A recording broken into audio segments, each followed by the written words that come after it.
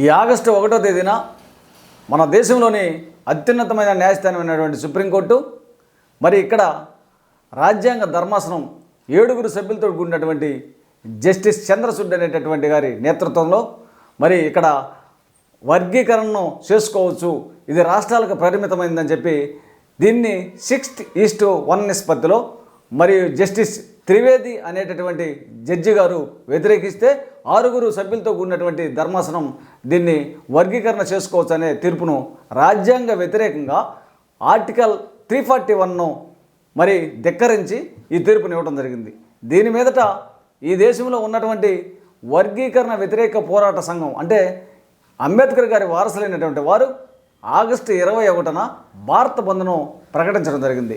ఈ భారత బంద్ ఎంతో విజయవంతమైన దాని మీదట నిన్న కేంద్రం ఒక అడుగు వర్గీకరణ మీద ఒక అడుగు వెనకేయటం జరిగింది. ఇప్పుడు ఏం జరుగుతుందంటే ఈరోజు సోదరుడు మందకృష్ణ మాదిగ గారు ప్రెస్ మీట్ పెట్టి మా మాల సోదరుల మీద విమర్శించడం జరిగింది. ఈ తెలంగాణ రాష్ట్రంలో ఉన్నటువంటి డిప్యూటీ సీఎం మరి బట్టి విక్రమార్క గారిని కలిసి వర్గీకరణను అమలుపరచాలని చెప్పి మాట్లాడటం జరిగింది.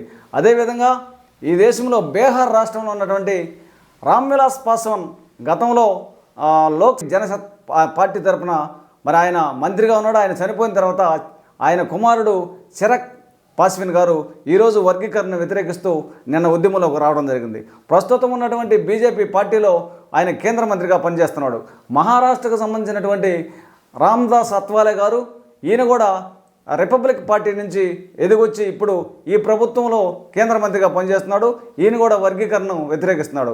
అలాగే ఉత్తరప్రదేశ్కి చెందినటువంటి కీలకమైనటువంటి వ్యక్తి మాయావతి కూడా ఈ వర్గీకరణను వ్యతిరేకించడం జరిగింది. అయితే ఈ దేశంలో ఏం జరుగుతుందంటే గతంలో 2004లో ఈవి చెన్నయ్య వర్సెస్ ఏపీ దీని మీదట సుప్రీంకోర్టు ఏం తీర్పిచ్చిందంటే ఇక్కడ వాస్తవంగా వర్గీకరణ చేయాలి అంటే పార్లమెంట్లో ఈ దేశంలో ఉన్నటువంటి 3 రాష్ట్రాల ఆమోదముద్రను తెలపాలా, ఆ తర్వాత పార్లమెంట్లో బిల్లు కావాలా, ఆ తర్వాత రాష్ట్రపతి ఆమోదముద్రన చేయాలా, ఆ తర్వాత ఆర్టికల్ 341ను అమెండ్మెంట్ చేయాలా.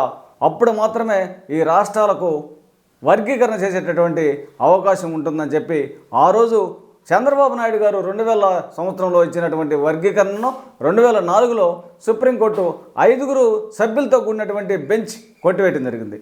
అయితే అది జరిగి సుమారు 20 సంవత్సరాలు అవుతుంటే ఇప్పుడు ఇదే సుప్రీంకోర్టు ఆ యొక్క తీర్పును 5 సభ్యులతో ఇచ్చినటువంటి తీర్పును పక్కన పెట్టి రాజ్యాంగానికి వ్యతిరేకంగా ప్రజాస్వామ్యాన్ని కూనీ చేస్తూ బీజేపీ ఏం చెప్పిందో అదే మాట్లాడుతూ ఇది కేవలం రాజ్యాంగం తీర్పు కాదు, కేవలం ఇది రాజకీయ తీర్పుగా భావిస్తున్నారు ప్రజలు. ఎట్లంటే ఆ తీర్పును ఈవి చెన్నయ్య వర్సెస్ ఏపీ అనే తీర్పును పక్కన పెట్టి ఇప్పుడు జస్టిస్ చంద్రచూడ్ గారి నేతృత్వంలో 7 సభ్యులతో కూడినటువంటి ఈ ధర్మాసనం వర్గీకరణ చేసుకోవచ్చు అనేటటువంటి తీర్పుని ఇవ్వడాన్ని మరి ఈరోజు దేశంలో ప్రజలందరూ వ్యతిరేకిస్తున్నారు. దీని మీదట ఏం జరిగిందంటే 3 రోజుల క్రితం ఈ దేశంలో ఉన్నటువంటి ఎస్సీ ఎస్టీ ఎంపీలు అందరూ ఒకటై 110 మంది ప్రస్తుతం ఉన్నటువంటి ప్రధానమంత్రిని కలిసి ఈ యొక్క తీర్పుతోటి వెలువడినటువంటి క్రిమి లేయర్ను కూడా ఉపసంహరించుకోవాలని చెప్పి ఈ ఎంపీలు 110 మంది ప్రధానమంత్రి నరేంద్ర మోడీని కలిసి అడగడం జరిగింది. దీని మీదట వెంటనే బీజేపీ ప్రభుత్వం నరేంద్ర మోడీ కేంద్రంలో క్యాబినెట్ను అత్యవసర క్యాబినెట్ ఏర్పాటు చేసి ఈ ఎస్సీ వర్గీకరణ మీద ఇచ్చినటువంటి సుప్రీంకోర్టు ఇచ్చినటువంటి తీర్పులో క్రిమి లేయర్ను ఉపసంహరించి పక్కన పెట్టండి అని చెప్పి వీళ్ళు కేంద్రం ఆమోదముద్ర వేయటం జరిగింది.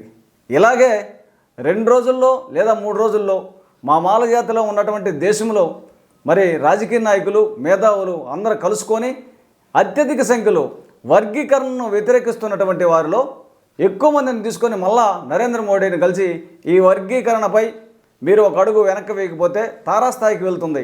ఇప్పుడు మాలలో కేవలం మాదిగలతో మా పోరాటం కాదు, ఈ వర్గీకరణ వ్యతిరేకంగా మనువాదులతో మా యుద్ధం మొదలవుతుందని చెప్పి యుద్ధాన్ని ప్రకటిస్తామనే మేధావులు తెలియజేస్తున్నారు. అయితే నిన్న మందకృష్ణ సోదరుడు మాట్లాడినటువంటి మాటల్లో 10 టీవీ వారు ఆ రోజుల్లో అంబేద్కర్ గారు కులం మార్చడం జరిగిందన్నాడు.